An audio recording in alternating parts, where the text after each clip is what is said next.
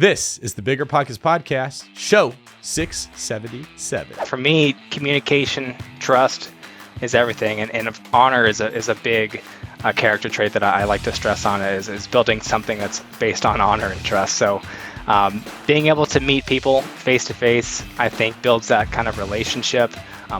We're not just an email address or a voice over the phone, but they know who I am and I know who they are. And I think it kind of helps build that rapport with each other. What's going on, everyone? It's David Green, your host of the BiggerPockets Real Estate Podcast, here today with another fantastic episode, and I'm joined by my co-host, Jamil Damji. Jamil, how's it going? Fantastic. I'm really stoked about today's show.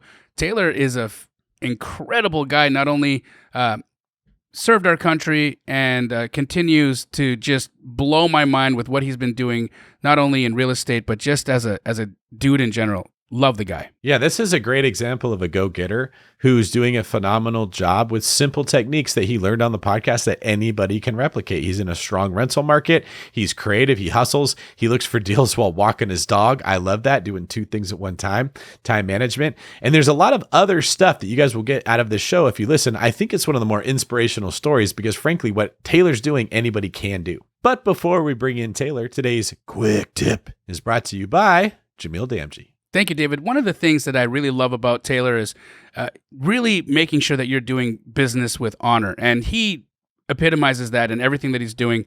Not only is he getting belly to belly with sellers, but he's looking at how he can solve the problem. And not enough people are looking at how they can solve somebody's problem in order to get them the best situation and the seller the best situation. And then on top of that, he's sticking to markets that he really knows. So this isn't just throwing spaghetti at the wall and seeing what sticks. He's going in with intention, he's going in with honor, and he's making it happen. Great point, especially if you're investing in a market where you live. That's even more important because reputations get around. All right, let's bring in Taylor. So let's get this thing started. Let me ask you, what is your story? How did you get into investing in real estate? Take me back to a young Taylor and what was going through your mind when you decided you want to get into the industry? Yeah, of course. So I don't come from an entrepreneurial background at all. My dad did 30 years of government service. So I went straight to West Point after high school, and I just got spit out into the Army. So my whole background has just been government service. You know, it's just been military time. So really, I had to find my way on my own. I just did a lot of podcast listening, a lot of education, just a lot of soul searching to figure out, what I was going to do after the Army. And then kind of real estate fell on my lap after doing all that research. And I just started buying property, really. So it was super fun. It's been an exciting journey. I've only been in real estate for a couple years now. But in those couple years, we were able to buy about 31 doors.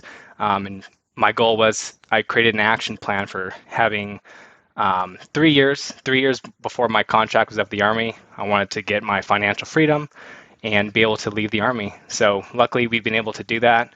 And we've been able to meet our financial freedom number. What were you listening to podcasts at a certain point? Where did the seed get planted that you could hit financial freedom through real estate, especially while still in the service? Yeah. So, so what happened is that, back then I met my now wife. We just got married this month, and we were thinking about leaving the Army for a little while, just because active duty life is a little tough on family life. So. For those that kind of don't know how it goes, is you're moving every 3 years. You're deploying a lot. You're doing a lot of training rotations. And so I was looking for a way out, but I didn't know exactly what that looked like. Because like I said, all I knew was really the Army. So once I got into podcasts, BiggerPockets was a big one I was listening to. It seemed like the way I can build cash flow, build wealth, all signs kind of pointed towards real estate. Even though I had never financed anything at that point, I kind of knew that that's the way I wanted to go. So how did you find the first deal? Were you sitting in, the barracks looking at Zillow when everybody else was goofing around? Like, what was that moment like? So I was actually deployed. And so I had some time on my hands, and that's when I really started digging into some of that education. And by the time I got back, I knew I wanted to buy my first property. And so I started off pretty easy. I used a VA loan when I got back. And the VA loan is a powerful tool. I highly recommend it for a lot of vets. There's no other tool I can think of in the world where you can leverage 100% of an asset. And so I just bought a regular single family house, moved into it, and I did my first house hack. Moved in another soldier in one of the bedrooms, and I actually lived for free that way because that rent offset the mortgage. I bought a pretty inexpensive house, and I was able to pocket all of my BAH. It's like a basic allowance for housing that the Army gives me. So that is what really kind of hit that light bulb was when I started pocketing all that BAH and offsetting my living expense. So the first property that you bought, Taylor, what did it look like? Did you house hack? Did it cash flow, or did you just have to pay the mortgage? So back then the market wasn't too crazy. I think this was like in 2020, so it wasn't too crazy back then. So I was actually able to negotiate the seller to cover all my closing costs. So I bought this house with zero down. All my closing costs were paid for. I think I even got a check for $200, and the property was just under 100K. So maybe $98,000 was what I paid for it. So the mortgage is under $600, and then that rooms were renting for about $600 in that area. So that one room I was renting out offset that entire living expense for me, and I was able to pocket my VH that the Army was giving me as well. So Taylor, it's really interesting, the launch pad for you to get into this, right? Because you're one of those people that I think is uncommon listener to podcasts and consuming education or consuming content, because you took what you were learning and found a way to take action, right? And for the people that are listening to this right now, I think this is one of the most important pieces of inspiration, right? How do you get yourself out of the content consumption portion of this and then take action to actually buy your first house? Because that decision is difficult for people to make. They're constantly evaluating, they're analyzing, they want to make sure I'm not making a mistake. They got to feel like they've got it all right. So you probably didn't feel like you had it all right.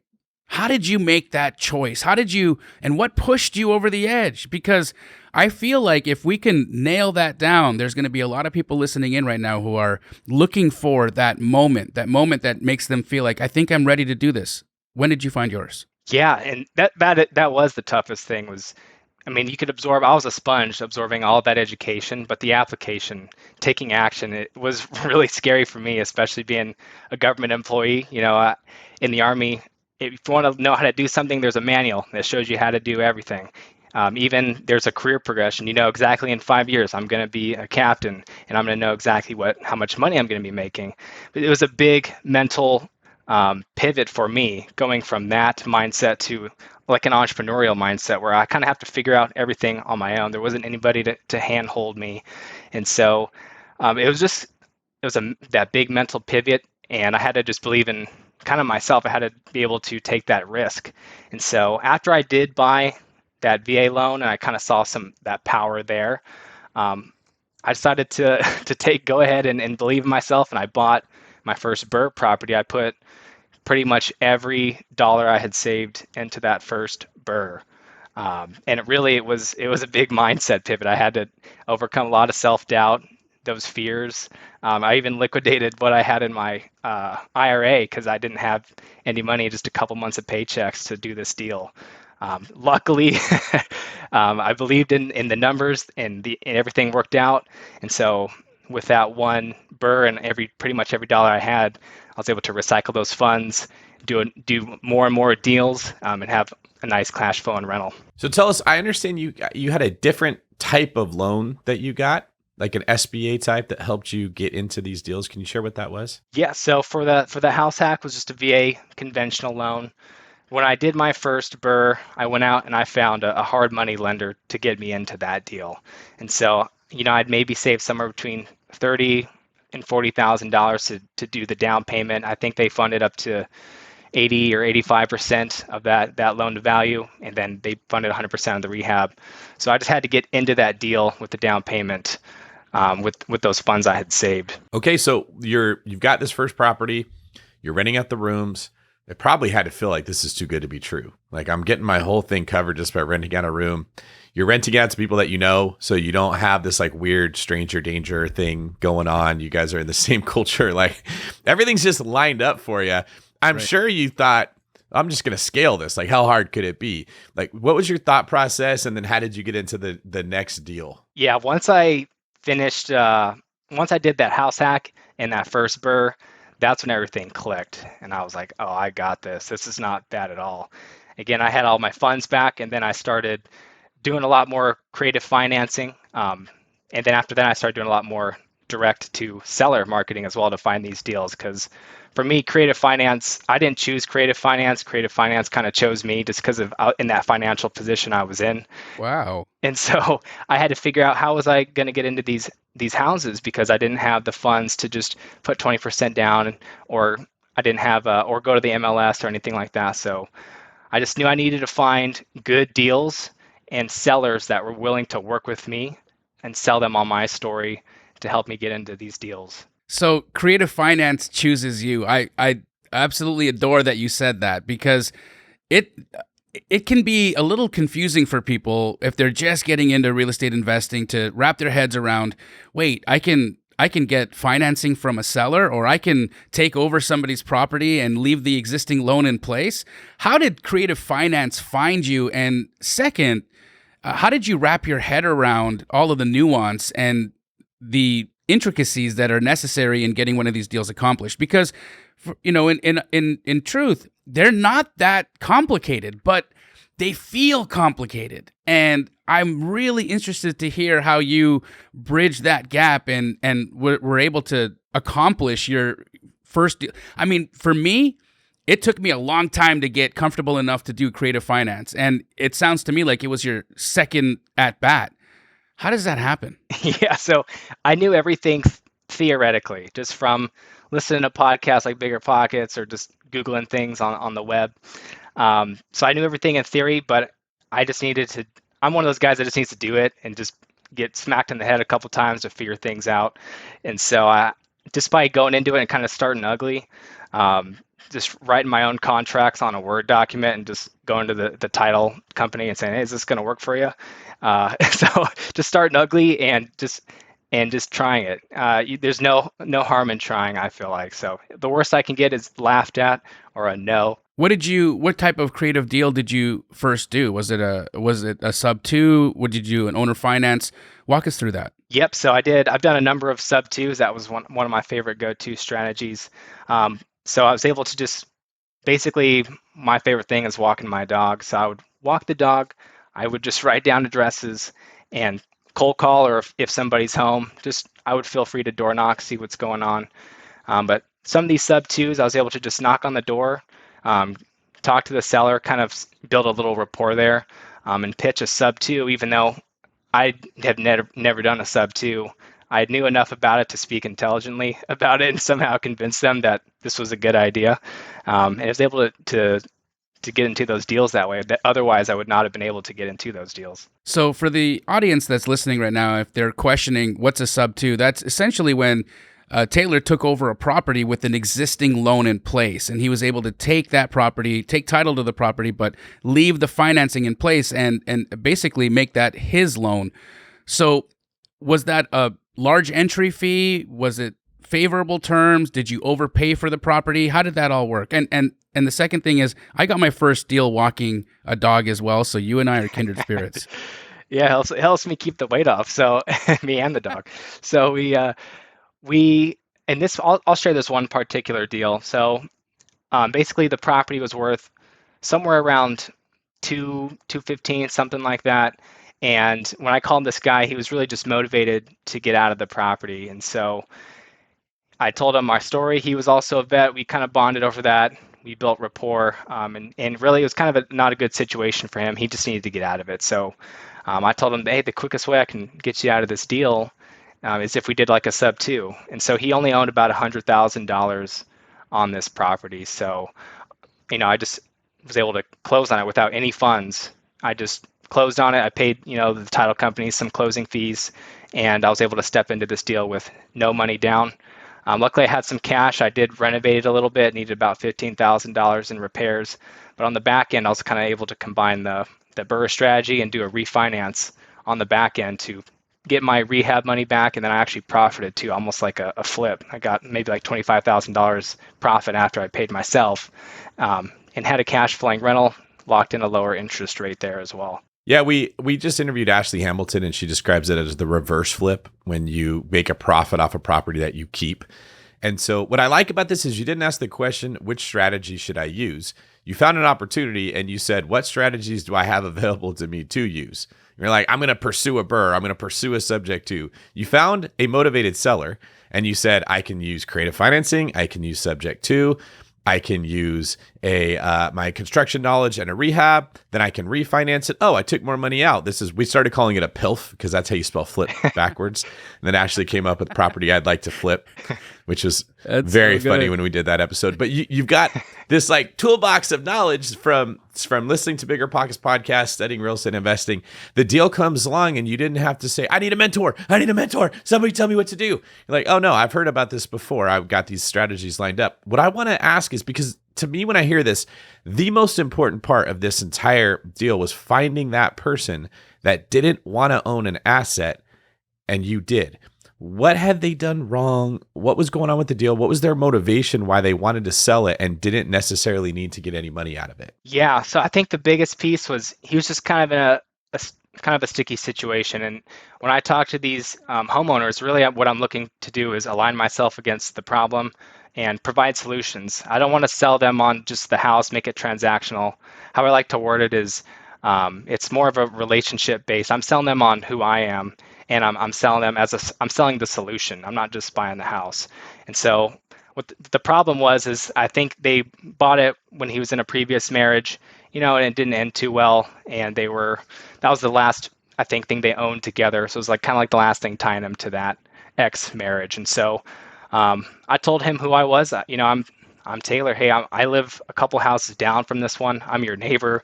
I'm still active duty Army. I'm just looking to buy a couple properties to help me and my family out on our financial freedom journey, build a little generational wealth.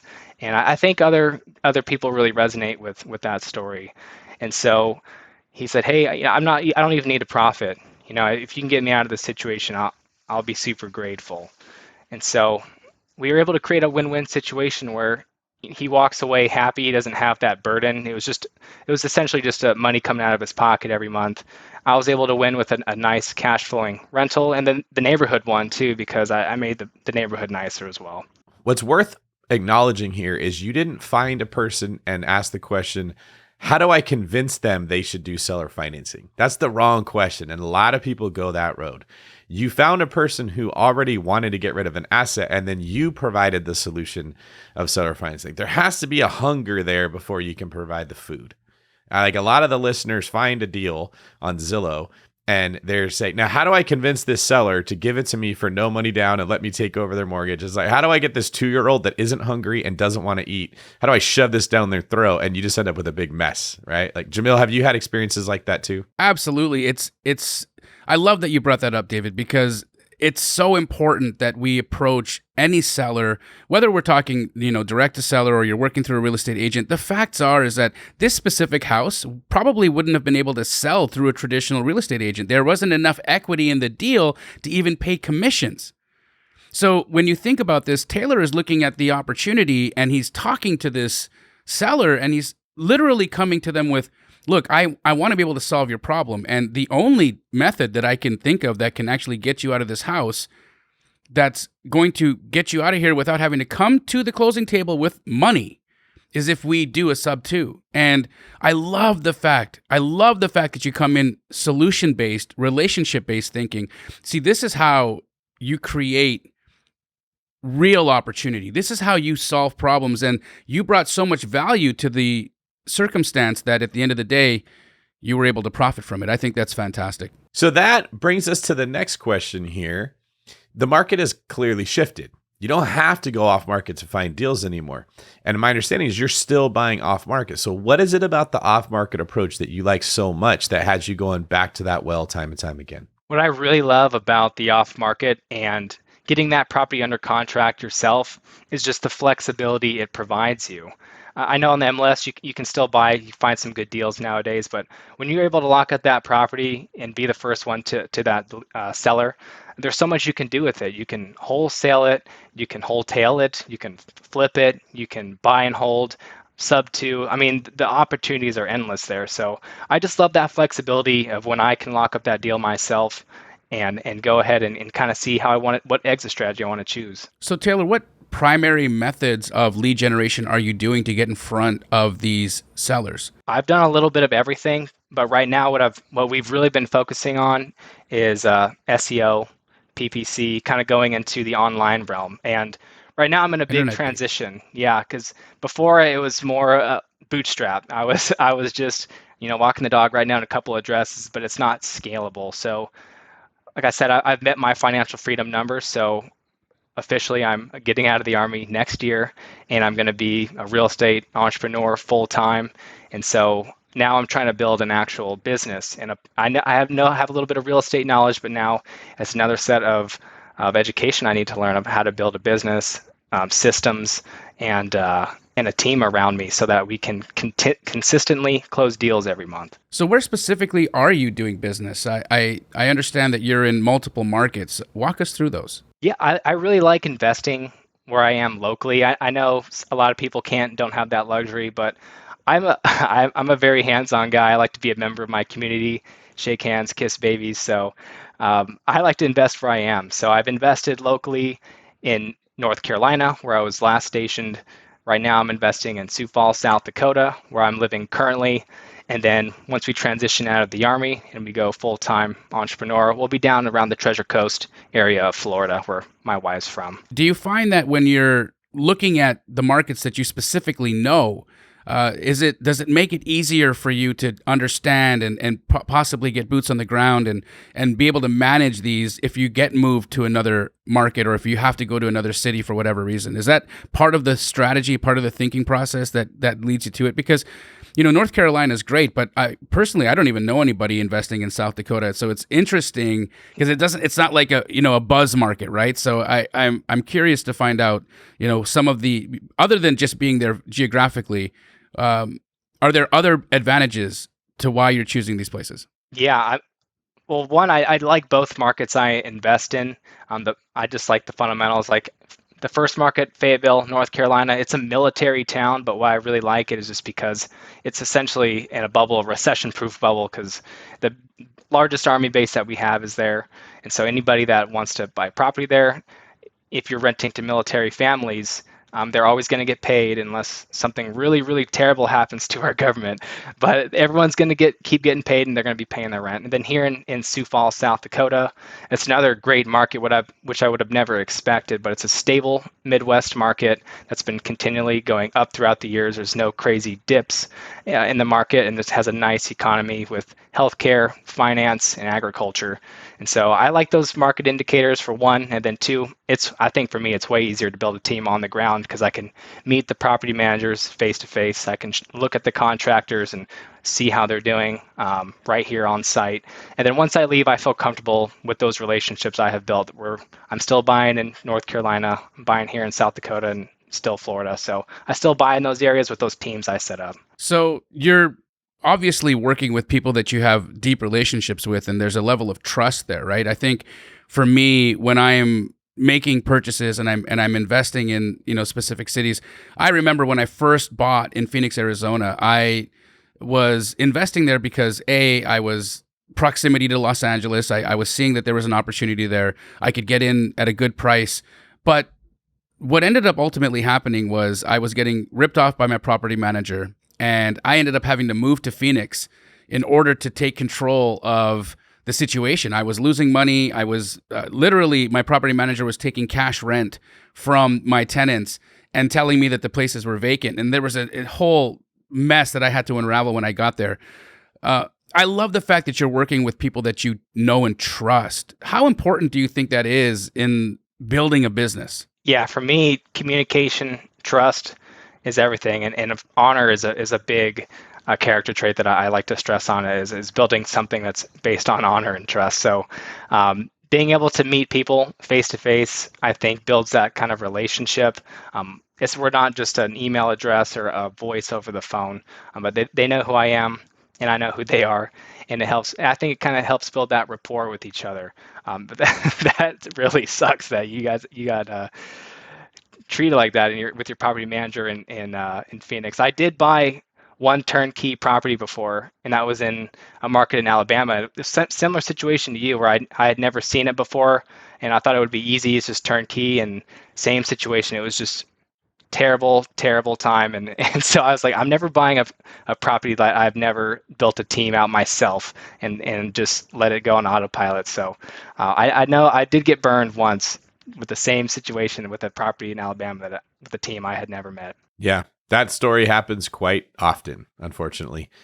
So as you're looking for properties that you think will work, a lot of the time, those that buy a lot of properties, we just kind of take for granted. We get a feeling like, oh, that will work. That one won't work. And then the newbie who's listening is like, how did you know? I've analyzed 700 deals this week and I don't know which one's good.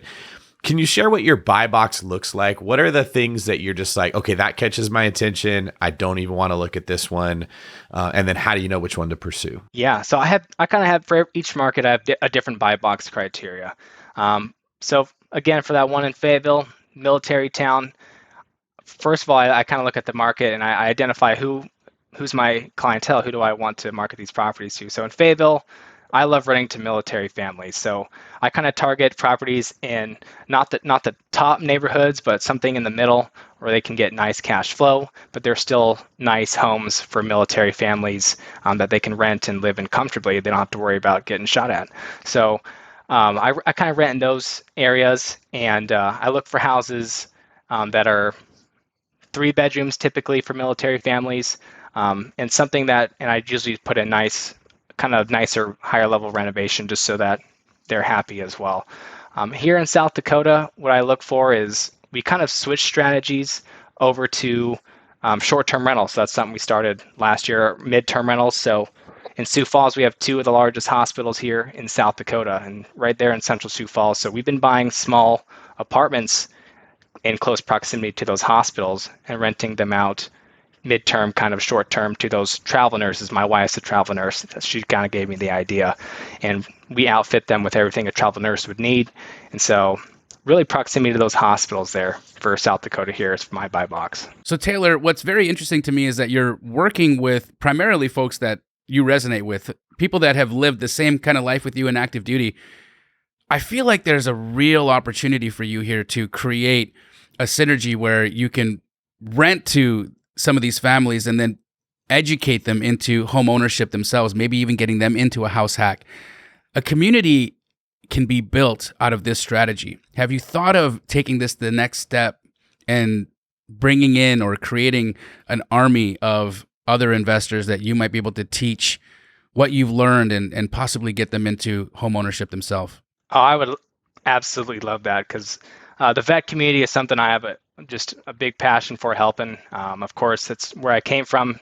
I have a ton of respect for all of my brothers and sisters in uniform service. So, and that's what kind of gave me my start. Is there were some other vets that had their own kind of small course, and I took that course, and that's what kind of helped me get that confidence to go ahead and start closing some deals. So that's something I want to do in the future, is be able to help other vets and do something that I'm doing, because I didn't do anything special.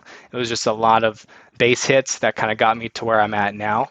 But I think anybody can do this. And even though with your busy active duty schedule, or anybody on a W-2, they can find the time to go ahead and start doing kind of what I've been doing. So when you're looking at an off-market deal, what are some red flags that you see that would let you know, walk away from this when it's not worth it? Yeah, really. I always have my contractor that I trust walk these properties. And I like to stick to light cosmetic rehabs. So anything that's going to be a complete gut job, usually anything that's too old, 1960s and earlier, where we're doing either foundation work or we're ripping out walls and we're replacing all the CapEx items. I stay away from those because those budgets can get out of hand very quickly. So if I find something that usually is just maybe disgusting on the inside, you just got to clean it out, maybe slap on some new paint, floors, hardware. That is my bread and butter. So anything that's too crazy, I would stay away from for me. Jamil, what about you? Do you have anything when you're approaching an opportunity? You got a fish on the line. You're trying to figure out, do I reel this thing all the way to the boat, or do I cut bait? That you've learned over your experiences, like, oh man, as soon as I see this, I just know it's not worth it. Get out of Dodge. Yeah, there's a few. So first, foundation problems for me, they've been a nightmare to deal with. I have rarely had a foundation repair come in anywhere near what the original quoted number was. They always escalate. So that for me is definitely one of those types of repairs that I won't want to do. And then the other thing is anything that requires some kind of abatement. So I found that when I'm getting into a property that might have a mold issue, that or asbestos, something that I know I'm going to have a professional company come in and do an abatement here, and then it's going to be a situation where I have to disclose this process to a future buyer. For me, I found that has always, even after you've completed the repair and you've got the city to come in and make sure that everything has been done to standard and code, there's still always that piece of uncertainty for a buyer. And I've never been able to maximize my return on a deal like that because I'm literally having to go to my buyer and say, I want you to trust that I fixed it all, and this is all the documentation that says that it's done. But there's always that thought in the back of their mind, like, what if the mold is still here? What if the biohazard is still here and my family could be affected? And for me, I think that that's always created a problem for getting a return on investment. So I'm staying away from foundation problems and anything that requires severe abatement. That's really smart. And the other problem I think you have with the abatement issues, foundation issues, the stuff that Taylor was saying are non-cosmetic, the seller tends to want to overlook the significance of how much it would cost to fix that. So the seller's like, yeah, my kitchen's old. You're going to have to remodel it. They understand it. If you got to spend $65,000 to fix a foundation issue, it's tough to get them to understand you got to take more than $65,000 off, plus the cosmetic issues, plus the profit I have to get in here. Now it feels like they're being gouged when they're not. That's the actual problem. And when you have a situation where it's just cosmetic work, there's usually a discount that they can live with, and you can still make work. I think that's really good. It's like when you get into that issue of the foundation issues, mold, what are some, like fire damage can be one of them. Sometimes a roof can end up in that situation, depending on like if it's a house that is not priced very high, the roof becomes a significant portion of it. On $1 million house, a roof's not nearly as big of a deal. I've noticed the same thing is like you just never see eye to eye. You end up with those irreconcilable differences, and you spend all this time and it never goes anywhere. Taylor, I can see that you're absolutely picking up steam here. Tell us a little bit about who makes up your team and what is the first hire that you think someone should make if they want to do what you're doing? Yeah, for me, it's almost tied between lender and contractor. Those are the two I would say were absolutely pivotal for me. Contractor, really, because I'm not the best guy to swing hammers. If you can find an honest guy that's going to keep prices reasonable, he's going to let you know exactly what he needs to do, not do anything extra or delay the timeline. To me, contractor is going to be the make or break for keeping your projects under budget and within time, even though it almost never happens. And then number two, the lender, because my lender also educated me. And if you can understand the finance and the lending piece, they helped me a lot figure out how to finance a lot of different projects. So once I had a good lender in my corner, I wasn't worried about financing at all. I've been able to close deals and work around some things. I'm just for having a good lender right there in my corner. For me, my team is always starting with my sister. She's the project manager for any of our construction projects, and I know that she's got my best interests at heart because we share companies together, we share resources, and so I'm positive that she's going to be taking care of us. But aside from the swinging of the hammers and all of the physical things, right? There's a massive team that helps me systemize the business, make sure that I'm doing things as efficiently as possible. And Taylor, you mentioned that your team is, beyond your trades, beyond your contractor, beyond the physical things. You've got this team of virtual assistants that are helping you generate your leads and make sure that you're building a pipeline of opportunity. That is difficult to arrange, and it's difficult to track to make sure that you're being efficient and that you're actually getting a decent ROI. walk us through that process of building your team to help you build your systems out and create a pipeline of deal opportunities for you. Yeah, so really it's been me and a partner, and I've been kind of figuring out more of the visionary side. He's been a little bit more of the operations. But what we're really looking for is what's going to be our highest return on investment. So finding these VAs that are going to do all these calls, because I used to do all the calls, but quickly realized that's not the best use of my time. So if I can get VAs to qualify these leads, and then if I can close them, that would be the best use of my time. So using VAs to supplement my time, or I can't afford, using VAs to handle the back end on the disposition side. There's lots of things that you can sub out to just really optimize your time and find what's my highest and best use, really. How do you track everything? Are you using a CRM? Is there a specific methodology? What's that look like? To track all of our leads right now, we're using Follow-Up Boss as our kind of CRM. And we're also using a lot of key performance metrics to kind of track what's working, what's not, what should we cut. We've cut some things like different Facebook ads sites that we've been using, just based on how much we're paying and what are we getting back. Are you finding that the direct-to-seller approach is a little bit, sellers right now, they may not be aware of how the market has shifted. And it's interesting to me that you're very, very, forward thinking with respect to, hey, I'm only going direct to seller, and that's my favorite way to build relationships and to create opportunities. Have you tried working through agents and going the on-market route? Because personally, I've been finding a lot of success and finding great opportunities working with realtors who actually know that the market is very frothy right now. And so I'm interested to hear your answer to this, and have you thought about possibly pivoting into working on market opportunities? I haven't yet personally. I know there's going to be a lot more opportunities coming up. I think we're just good at what we do. And so I kind of like to just hyper focus on what works for us and become really good at it, become experts at that. But if there's any opportunities that pop up on the market and the market is shifting, it's something I would definitely look into in the future. But right now, off market's working for us. We're closing deals, and so we're going to keep the train moving. We're going to keep chugging. It's just what you know. Is it like, hey, this is what I know, and I don't want to fix it, or I don't want to break what's not broken? Is that a piece of it? I'm sorry, I might be drilling on you a little bit about this, but I feel like you're missing a major opportunity to get out there and increase your possible deals. I'd be curious to see if you open that door, if you might find a wealth of opportunity for you. Yeah, I actually do have a license, and I do plan on using that too once I get down to Florida.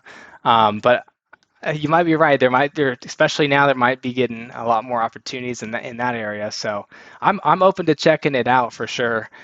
We just haven't done pretty much anything yet on market. So, but I think I might look into that and see if we have some opportunities coming our way. One thing I can see would be a potential hurdle. And I realized this when Jamil and I were having a conversation the other day, specifically about how on-market opportunities are now like where more opportunity is sometimes.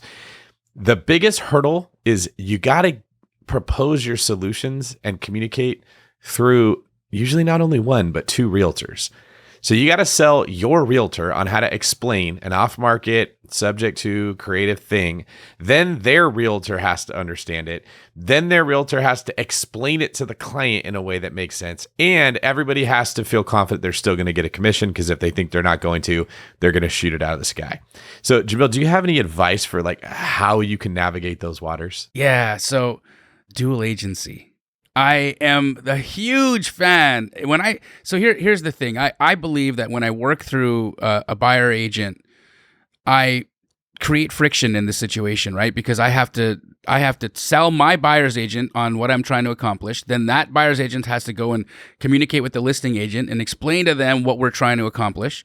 And now, it's the telephone game, right? How much of what I'm saying is actually going to be communicated to the listing agent, and then how much of what that listing agent heard is going to actually fall into the seller's ears.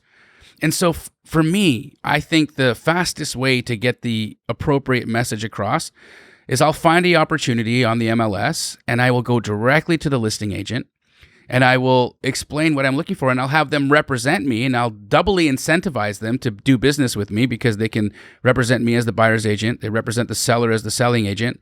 Now they've got an opportunity to either make 6% commission or refer back 3% to their seller. So it could be a win-win-win for everybody. And I don't have to, create that added layer of communication. Taylor, I'm very curious about this concept of how you created your financial independence. And I think a lot of our BiggerPockets listeners are here for an understanding of how to do that, right? You're a young man, and it's so amazing to hear that you've been able to gain your financial independence.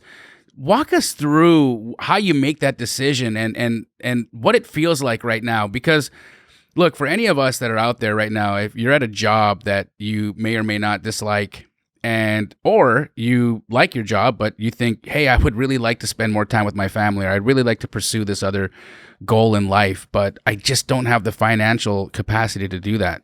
Taylor, you've accomplished that. So how did it happen? Yeah, absolutely. And this is one of my favorite topics to hit on because it's something I'm really passionate about. So once that real estate light bulb clicked for me, then I really dug in and created an actionable 3-year plan, because 3 years is what I still had left on my Army commitment. So I created an actionable 3-year plan to replace my active Army paycheck passively with real estate income. And so now we're about 2 years into that plan. And not only were we able to replace my active duty Army paycheck, but we were able to double that. And so we've more than exceeded what we needed to. And I can confidently say once we get out of the service next year, I feel comfortable leaving without having to sacrifice putting food on the table for my family. But we can get out comfortably, and I can focus on starting my real estate business. Wow. I mean, that's it.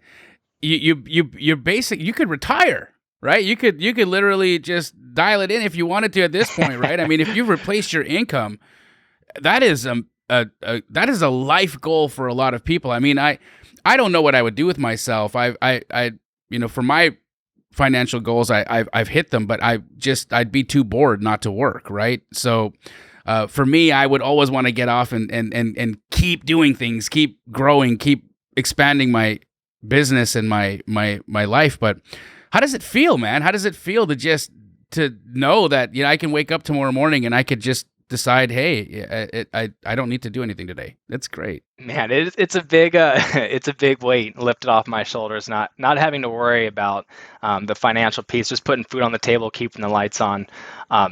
So it enables me to kind of pursue what I'm passionate about at that point. It's not just working to get by, it's working in something I'm passionate about. So that's doing real estate, and that's talking to you guys, hopefully providing more content so other people can also move along on their financial journeys as well. All right, let's move on over to the deal deep dive.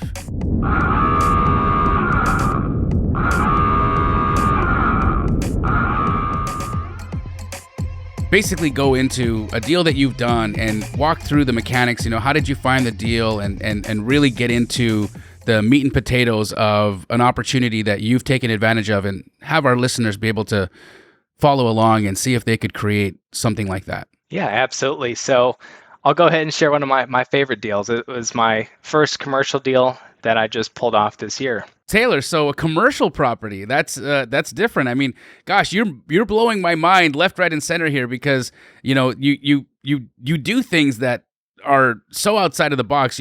Creative finance finds you, and then you jump into commercial. I mean, commercial again is so much different from residential. It is a completely different beast. Valuation, how you add value to it, force appreciation, even exit it is a completely different situation than single family. Walk us through that. First, how did you find the deal? How did you underwrite the deal? And then what was your plan with it, and how did you get out of it? Absolutely. So jumping into this deal, it kind of had a similar background to me doing residential. I was actually walking my dog again. Yes. And I wanted to buy a yeah, that dog. What's your dog's name, by the way? It better be Money. Leo. Okay. Yeah, Cash Money, huh? But yeah, Leo, he's the key to Leo, get a dog walker. That's going to be the key to your financial freedom journey. So I wanted a mom and pop style apartment, something small. So I was looking for units in my local area, and I wrote down some addresses. Again, did some cold calling, trying to find the landlords. And again, I found one and kind of built, rapport with him, told him who I was. And, this guy, he owns a bunch of property in the area. And I just sold him on me, again, like I always do. Hey, I'm a young guy, Army guy, and I'm just looking to build financial freedom for my family and get a little extra cash flow coming our way. He really liked my story, met up a couple times, awesome dude, and he agreed to sell me this commercial deal. And of course, this is my first time doing like a $1 million deal. Before I was doing maybe like $200,000. $1 million deal. Yeah. So what are we talking about in numbers? How much was this, and how did you find the funding for it? Yep. So pretty much 1 million on the dot. And again, I am used to doing residential deals, maybe 200K or less. So this is a big step out of my comfort zone, but it's something I've always wanted to do, and it was one of my goals. So luckily, I was able to make it work so that he carried a note to cover the majority of the down payment. And he also linked me to a local commercial lender. So I was able to network with that lender through him. He put in a good word for me. He was able to underwrite the loan. I was able to get a seller-backed note to cover the down payment. And I even got a little bit more creative and collateralized some debt and another property we owned. And so really I came into this deal with no money down. And I just had to... Again! Yeah, so it was another creative financing was the fundamental again, and that got me into this deal, because there's no way I would step into a $1 million deal this early in my real estate career. Now, for the folks that are listening right now, they might be thinking, okay, yeah, but so you got into the deal with no money, and that's incredible. So creative finance dominates and wins again here, guys. But what kind of debt service are you looking at? Was it scary to get into a situation where you now have this monthly payment due, and how did you play with, or how did you figure out how to debt service? What was the plan? Yeah, so it was a little terrifying because I never spoke to a commercial lender before. I didn't want to sound like a complete idiot to him. So I was really nervous meeting him, but he was a really cool guy as well. And he also helped me educate myself as well. That's kind of been a thing with these lenders. Built a nice relationship where they not only lended to me, but they also taught me things along the way. And so I was a little nervous taking on that debt, especially since there's 2 mortgages on this property. But my game plan for this thing is why I truly believed in it, because this house or this building is about a block away from a large hospital that my wife works at, actually. So we basically short-termed STR'd this entire building. So we dramatically increased the NOI on this building just by converting those units to furnished units and renting to primarily travel nurses. So I wasn't worried about the debt service because I knew I had a nice plan to refinance on the back end before that balloon was due in, I think, 5 years or so. What kind of property was this? Is it small multifamily? How many units are we talking? Small multi. So it was a package. It's an 8-unit building with a lot with a single family house that's next to it. So a total of 9 units. A 9-unit. And your plan was to rent it out to traveling nurses. You already had all that lined up. So was there a moment there where you were negative cash flow, or was there any CapEx situation that you had to come out of pocket for? Because I know that you got into this deal with seller carry for the down payment. How much out of pocket did you have to come to improve the property to get it ready for the traveling nurses? So the reason why I really liked this building for the strategy was that it was essentially turnkey. So I didn't have to do any cosmetic updates or anything like that. It was a really nice looking building as is and had everything we needed.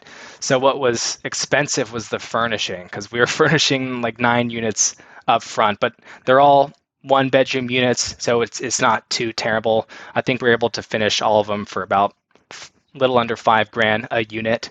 And so that was where our money went, was furnishing all these units up front. It took us maybe a couple months to get them all up and running. But now after that stabilization period, right now we're sitting really pretty because they're all on Furnish Finder or on Airbnb, and they're all cash flowing very well for us. So you still own the property, and any plans to refinance out of it, or are you planning to sell the property at any time? Right now I plan on keeping it, but I've kept everything almost. I haven't hardly sold anything. And so I always say, I might own this one forever, but who knows, maybe there's going to be some awesome deals in Florida that are coming my way. So we'll see what I end up doing with it. But right now the plan is to keep it and refinance it in we'll see how the market goes and see if interest rates go down or anything. But right now, we'll plan to keep it and refinance it down the road. And if we can improve, well, we did improve that net operating income substantially. So I think we're going to have a nice cash out refinance on the back end waiting for us. Any key lessons that you take away from a deal like this? I think the key lesson for me here was just to not be afraid of the deal. I know that it's the fundamentals are the same, even though the price tag is a lot higher than what I was used to. Just not let indecision and fear hold me back from doing the deal. And of course, using creative finance to figure out how to get into the deal. Because if I wasn't able to talk between the lender and the seller and figure out a way to make it work for everybody, I wouldn't have been able to get into a deal this size. Suggest, or I would say that I think everybody listening right now considers you a hero, and every deal has a hero. Who would you say was the hero of this deal? Would it be the deal finder? Would it be the person on your team who negotiated or got you in front of the seller? I know you actually were walking your dog to meet the seller, so that's how that happened. But was the hero creative finance? It was Leo the dog. Hey, yes, of course he's the hero. I love it. Yeah, that's so good. Yeah, so creative finance, man. It was just knowing how to use those tools to unlock the keys that we needed, and using those tools to your advantage, just like a tool, like a hammer to a construction worker or a M4 to a soldier. Creative finance was the tool that enabled me to get into this deal, and this one's going to help out the family a lot along our financial journey. I love it. Before we get to the famous four, I've got one last question, because the market has changed and the environment with the interest rates rising the way that they have. Are you finding it harder to find deals right now? A little bit. I think things have kind of almost slowed down or maybe stagnated a little bit. I think people are a little more hesitant to sell their houses, and people maybe are a little bit more hesitant to buy. So I think it has slowed down a little bit, but I think there's still deals to be done, still money to be made. Are you changing your strategy or outlook at all with respect to what's been happening, and are you pivoting at all? For me, it's much stricter underwriting, because now when I'm doing a BRRRR, I need to analyze the deal not from like a 4 or 5% interest, but I'm running at higher 6 or 7, 8% interest. So the underwriting's has gotten a lot more strict. So I would say I've been a little bit pickier about what I've been keeping. I think that's absolutely a great strategy to have, and it's important to take note of that. So I don't know if our listeners are aware, but David Green actually midway through this podcast decided he was hungry and went to go make a sandwich. But we always ask our listeners these 4 questions, Taylor, and I'd love to hear your answers to them. Famous for. What is your favorite real estate book? Right now, my favorite book that I just finished reading was this Financial Freedom with Real Estate Investing, the blueprint to quitting your job with real estate, even without experience or cash, which is totally who I was. And that was by Michael Blank. And he kind of went into a lot of multifamily. That's the book I read that kind of broke it down Barney style for me, how to do a commercial deal. And after I read that book, a couple months later is when I went out and applied it and closed that first commercial deal. So I have to give a shout out to that book. Amazing. You're an action taker. The second question is, what is your favorite business book? So this one was recommended to me by a good friend of mine who also has a nice wholesaling business, and it was Traction, Get a Grip on Your Business by Gino Wickman.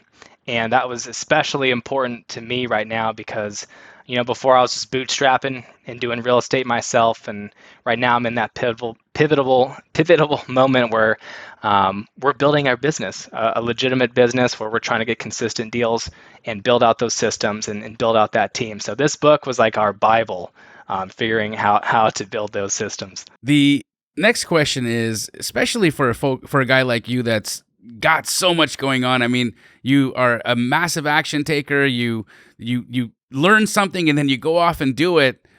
Does it leave you any time for special hobbies? I would imagine like you must like build rocket ships or something on your spare time, right? What do you do? Yeah, right now I'm kind of a robot between the Army and yeah, just between the Army, man, and doing the real estate stuff, also trying to hit the gym. I'm kind of a gym guy, just like to lift things up and put them back down. So between those three things, eating and sleeping, it almost takes up 95% of my time. But with that last 5%, I do love to spend quality time with my wife, Helen. And so we'll do anything together. We either watch movies or go biking, anything. So with that last amount of time, I give to my wife. I would imagine one of your hobbies is also walking the dog, right? Because that dog, that Leo, makes you a lot of money. That is a money puppy. Yeah. Awesome. Yeah, I need to give him a promotion. I would imagine you got to get him in a bigger house. No, not yet. Well, maybe go buy him a new bed. And I'll have to maybe if I can figure out a creative financing strategy for a doghouse, then we can get him into a nice one. Oh my God, that's great. Lastly, Taylor, what do you think sets successful people apart from those who give up or just don't even get started? Yeah, for me, getting started again with my story was the hardest part. Making that mental pivot. So for me, it was kind of establishing my why. Why was I doing it? And for me, that was my family. It was for my wife, to get out of the kind of active duty Army lifestyle where I was gone a lot, deploying, training out in the field, and I wanted to get my time back and be with my family. So once I really established my why, and that kind of like embodied me and took over in this business, that's what really set me up for those long days with balancing the Army and doing real estate.